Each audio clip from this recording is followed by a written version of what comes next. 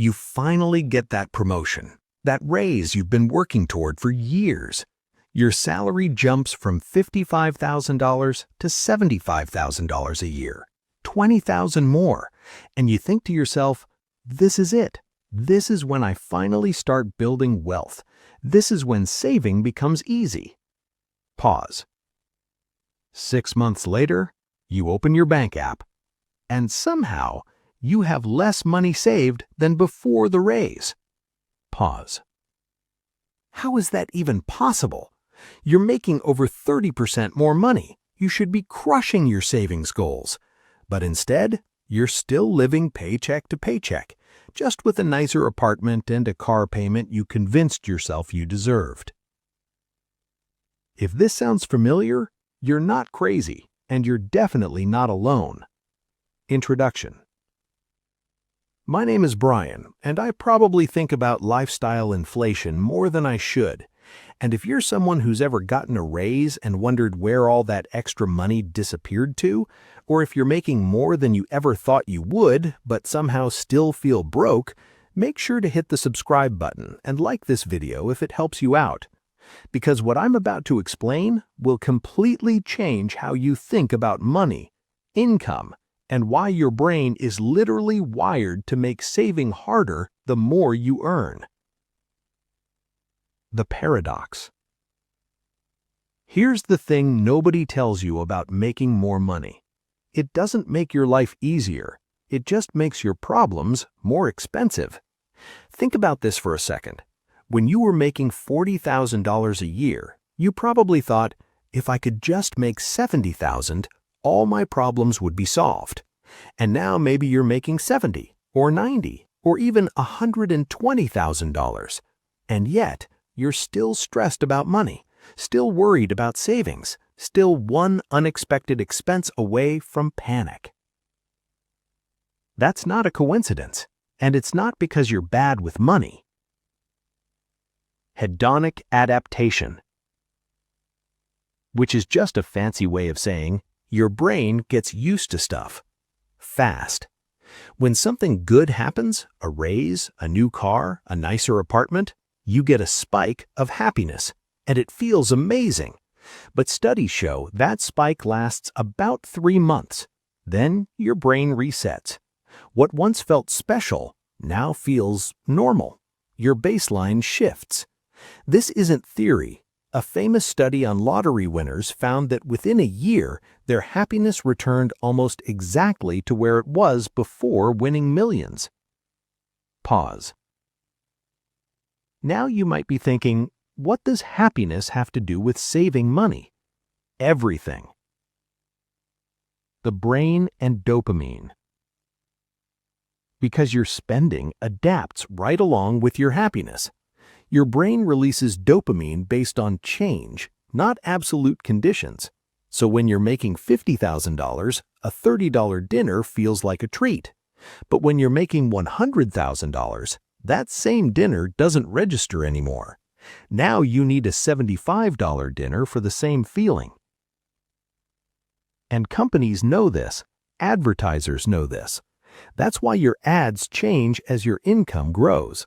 Economy cars become luxury cars. Basic credit cards become premium ones. An entire industry is designed to monetize your dopamine system. The math of lifestyle inflation.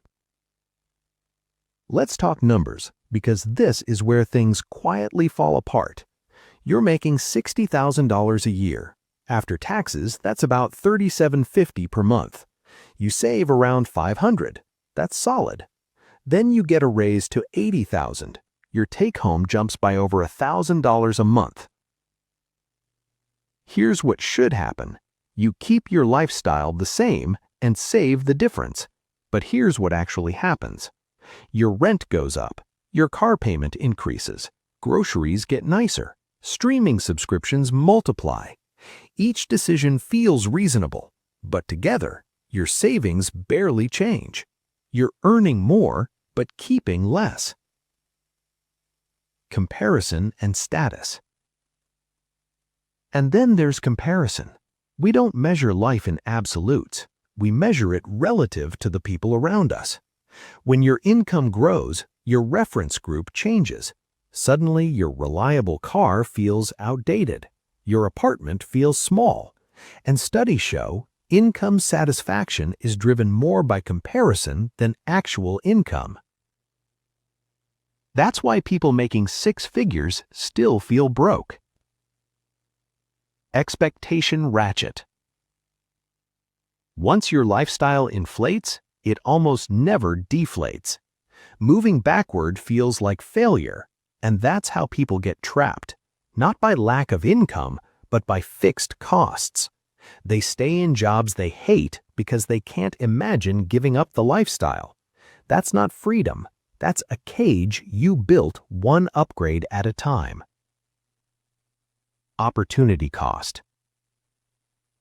And now here's the part most people never calculate: the true cost of upgrades. You upgrade your apartment by $600 a month. That's $7,200 a year. Invested at 10% from age 30 to 65, that decision costs over $2 million. That apartment didn't cost $7,000. It cost your future. The solution? Conscious spending. So what do? You spend consciously. Not less, more intentionally. Save at least half of every raise. Choose upgrades deliberately. Delay big decisions. Audit your lifestyle regularly. Because happiness adapts both ways. Simplicity becomes normal too.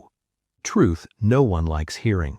The goal of making more money isn't to spend more money. It's to buy time, options, freedom. And the only number that truly matters is your savings rate. Action steps. Calculate your savings rate. Commit future raises in advance. Audit recurring expenses. Align spending with values. Write down opportunity costs. Do this consistently, and you win a game most people don't even realize they're playing. Final motivation. The dopamine from nicer stuff fades, but financial freedom compounds. Your future self won't thank you for the car you drove. They'll thank you for the choices you made quietly. So subscribe for more videos like this. Share it with someone who just got a raise. And ask yourself, are you upgrading your lifestyle or upgrading your freedom? Thanks for watching. I'll see you in the next one.